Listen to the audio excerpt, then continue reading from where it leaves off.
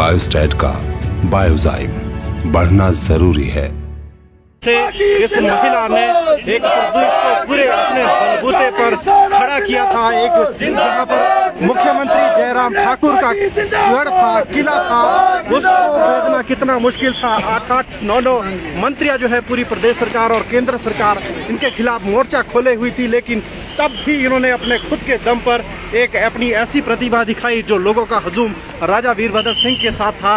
वो आज वैसा ही स्नेह और प्यार उनका लगातार यहाँ पर देखने को मिल रहा है। और प्रदेश में जो उन्हें ये जिम्मा सौंपा गया है, उसके बाद आप देखेंगे कि कांग्रेस को एक नई ऊर्जा का संचार यहाँ पर देखने को जरूर मिलेगा। और महिला प्रदेशाध्यक्ष होने के नाते खासी तौर पर महिलाओं का जो रुझान है वो कहीं ना कहीं राजनीतिक क्षेत्र में घर से दूर आकर अब महिलाएं चुनावी मैदान या हर क्षेत्र में आगे बढ़ने का प्रयास करेगी। और आप देखें यहाँ पर ग्रामीण क्षेत्र की महिलाएं हैं चाहे शहरी क्षेत्र की है, हालांकि सूचना के अभाव के चलते यहाँ पर ठियोग में थोड़े ही लोग एकत्रित हुए हैं और जो है अभिवादन यहाँ पर किया जा रहा है। कांग्रेस प्रदेशाध्यक्ष जो रानी प्रतिभा सिंह जो बनी है और उनके जिम्मे जो है पूरे प्रदेश की बागडोर है। नई संजीवनी दी जाएगी कि कैसे केंद्र और राज्यों में जो सत्तासीन जो पार्टियां हैं भारतीय जनता पार्टी की, उनको भेदने में जिस तरीके से उपचुनाव में उनकी रणनीति काम आई है, उसी को मद्देनजर रखते हुए राष्ट्रीय स्तर पर ये जो फैसला लिया गया है उससे कहीं ना कहीं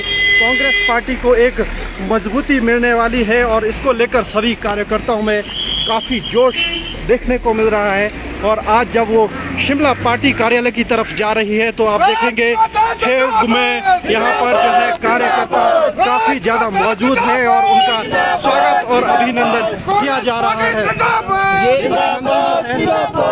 नई ऊर्जा को प्रदान करने वाला है और ये जो यहाँ पर इनका स्वागत और अभिनंदन हुआ है, आप देखेंगे यहाँ पर सभी कार्यकर्ता पहुंचे हैं। और ठीक उसी तरह से जिस तरह से स्वर्गीय राजा वीरभद्र सिंह जी ठियोग के साथ उनका एक असीम लगाव था, उसी सबसे पहले तो मैं पार्टी की अध्यक्षा श्रीमती सोनिया गांधी जी, राहुल गांधी जी, प्रियंका गांधी जी और उनकी सभी समस्त टीम का दिल की गहराइयों से बहुत बहुत आभार व्यक्त करती हूँ कि उन्होंने जो ये जिम्मेवारी मेरे कंधों पर डाली है।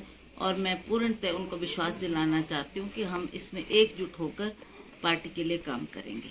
साथ साथ मैं ये भी कहना चाहती हूँ कि पूरे देश में ये हरियाणा के बाद शायद वहाँ एक महिला है और ये हिमाचल प्रदेश में भी एक महिला को गौरव दिया है, तो केवल मेरा ही नहीं सभी महिलाओं का मान सम्मान हुआ है, जिसके लिए भी मैं उनका बहुत बहुत धन्यवाद करना चाहती हूँ।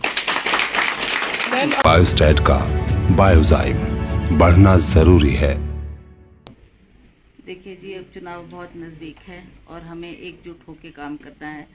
और ये बात ठीक है कि बीजेपी हमारे सामने खड़ी पार्टी है जिनका अभी केंद्र में भी उनकी सरकार है और हिमाचल प्रदेश में भी उनकी सरकार है।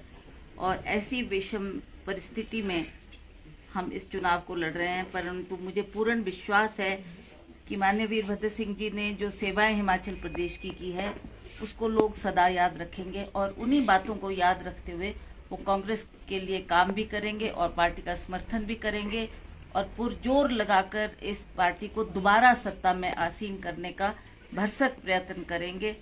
इसके लिए मैं सभी जितने भी हमारे हिमाचल प्रदेश के वासी हैं सभी से हाथ जोड़ के अपील करती हूँ कि आपने एक ऐसा फैसला करना है जिससे हिमाचल प्रदेश के लोगों को राहत पहुंचे और जो उम्मीद लोग रखते हैं उनकी उम्मीदों के मुताबिक हम खरा उतर पाए। पूर्व में जो कांग्रेस के प्रदेशाध्यक्ष रहे कुलदीप सिंह राठौर, उनका समय बहुत अच्छा बीता है, संगठन की मजबूती के लिए उन्होंने बेहतरी से काम किया है। नई कार्यकारिणी का गठन किया जाना है, सभी लोगों को साथ लेकर चलने के लिए लगता नहीं है कि कुछ दिक्कतों का भी सामना करना पड़ेगा? नहीं, ऐसी कोई दिक्कतें तो मुझे नजर नहीं आ रही है। हमने सदा ये प्रयास किया है, जैसे माननीय वीरभद्र सिंह जी भी हर बार सभी को साथ लेकर चुनाव के मैदान में उतरते थे, तो जितने भी हमारे वरिष्ठ कांग्रेस के नेतागण हैं उन सभी के साथ मिलकर उनके आशीर्वाद से हम कांग्रेस के कार्य को पुरजोर करेंगे और जो चुनाव आने वाले हैं उसका सामना किया जाएगा। कुछ ही समय चुनाव का रह गया है, बहुत सी चीजें ऐसे हैं, महंगाई आप देखेंगे, बेरोजगारी देखेंगे, तो क्या अब नए रूप से कांग्रेस जो है सड़कों पर उतरेगी और सरकार का विरोध करेगी अपने समर्थकों के साथ, ताकि लोगों में जो एक भावना है उसके प्रति प्रेम जगाया जा सके? जो मैं देख रही हूँ, जैसा वातावरण बना है पूरे प्रदेश में, लोगों के मन में भी बहुत आक्रोश है, बहुत गुस्सा है, क्योंकि यही बीजेपी की सरकार थी जिन्होंने ये कहा था कि हम महंगाई को कम करेंगे, और यही बीजेपी की सरकार थी जिन्होंने कहा हम बेरोजगारी को दूर करके 2 करोड़ नौजवान युवाओं को 1 साल में रोजगार प्रदान करेंगे। और आप देखते हैं 7 साल इनको सत्ता में हो गए, पर ना कोई न महंगाई कम हुई, उल्टा आप देख रहे हैं कि किस तरीके से दिन प्रतिदिन महंगाई बढ़ती जा रही है, चाहे वो खाद्य पदार्थ है, चाहे सीमेंट सिरिया है, चाहे वो हमारे गैस का सिलेंडर है, चाहे अन्य सभी चीज़ों के दाम बढ़े हैं, चाहे पेट्रोल डीजल है, तो उससे भी लोगों में बहुत आक्रोश है। और अब लोग उस घड़ी के इंतजार में है कि हमने दोबारा कांग्रेस को सत्ता में लाना है, क्योंकि वो भी परख कर चुके हैं, वो भी देख चुके हैं, कांग्रेस की सरकारों को भी देखा है और बीजेपी की सरकारों को भी देखा है, उनके वायदे को भी देखा है। और पिछली बार जैसा सभी लोगों को बहुत उम्मीद थी कि नया चेहरा मिला है प्रधानमंत्री के तौर पर, और मोदी जी जिस तरीके की बड़ी लुभावनी बातें करते हैं, उन्होंने भी ये कहा था कि मैं रोजगार दूंगा और बेरोजगारी को दूर करके जो जिस तरीके से महंगाई बढ़ रही है, उस वक्त तो आपको याद होगा कि गैस का सिलेंडर जो 450 रुपए का था, तो कहा जाता था ये बहुत महंगा है, बहुत महंगा है, और अगर आप मुझे मौका देंगे तो मैं इसको कम करूंगा। आज खुद ही महिलाएं यहाँ बैठी है, आप पूछो क्या सिलेंडर का भाव है, एक गैस के सिलेंडर का भाव, पेट्रोल डीजल का भाव, और उसी तरह से हमारे खाद्य पदार्थ भी बहुत महंगे हो गए, और लोग इस सरकार से दुखी है और परिवर्तन चाहते हैं। हिमाचल प्रदेश में तो बहुत सी समस्याएं हैं ही, परंतु यदि आज आप ठियोग आई है, ठियोग की ही समस्याओं की बात की जाए तो यहाँ पर बस स्टैंड है जो अभी तक बनकर तैयार नहीं हुआ है, बाईपास है जिसका कार्य निरंतर चल रहा है, अभी तक बनकर पास नहीं हुआ। कहीं ना कहीं ठियोग की जनता को हमेशा से प्रताड़ित होना पड़ रहा है। तो यदि कांग्रेस की सरकार आती है तो कितना जल्दी इस तरह के कार्य में प्रगति की जाएगी? देखिए, आप ठियोग की जनता से पूछें कि ये सारी देन किसकी है, बस स्टैंड किसने दिया, ये सारे काम किसने किए? कांग्रेस की सरकार ने ये काम शुरू किए थे, और दोबारा उसके बाद बीजेपी की सरकारें बनी। आप बीजेपी की सरकार से पूछिए ना कि ये काम क्यों अधूरे रह गए, और जो उन्होंने काम किया उसको आगे क्यों नहीं बढ़ाया गया।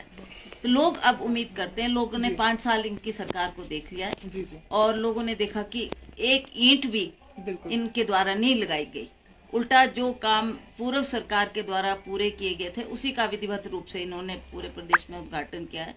और अब लोग उस घड़ी के इंतजार में कि दोबारा कांग्रेस की सरकार को लाएंगे, तभी ये काम जो अधूरे पड़े हैं उन कामों को आगे बढ़ाता। आखिरी सवाल, एक महिला को ये जिम्मेवारी सौंपी गई है, ग्रामीण कि पंचायती राज में भी हमारी महिलाएं बहुत ग्राम पंचायत की प्रधान बनी है, जिला परिषद में आई है, पंचायत समितियों में आई है, और उसी तरह से अब देखेंगे आपकी जब हमारी यूपीए की सरकार थी उस वक्त एक महिला को राष्ट्रपति बनने का गौरव भी इस कांग्रेस पार्टी ने ही दिया था। हमारी पार्लियामेंट की जो स्पीकर थी लोकसभा की, वो भी एक महिला थी।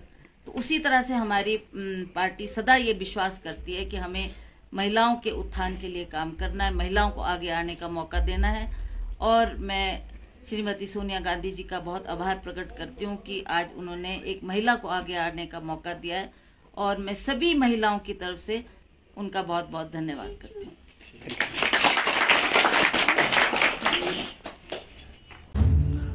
जरूरी है सूरज का इंतजार ना करना, रात लगा के बेजुबानों का सहारा बनना।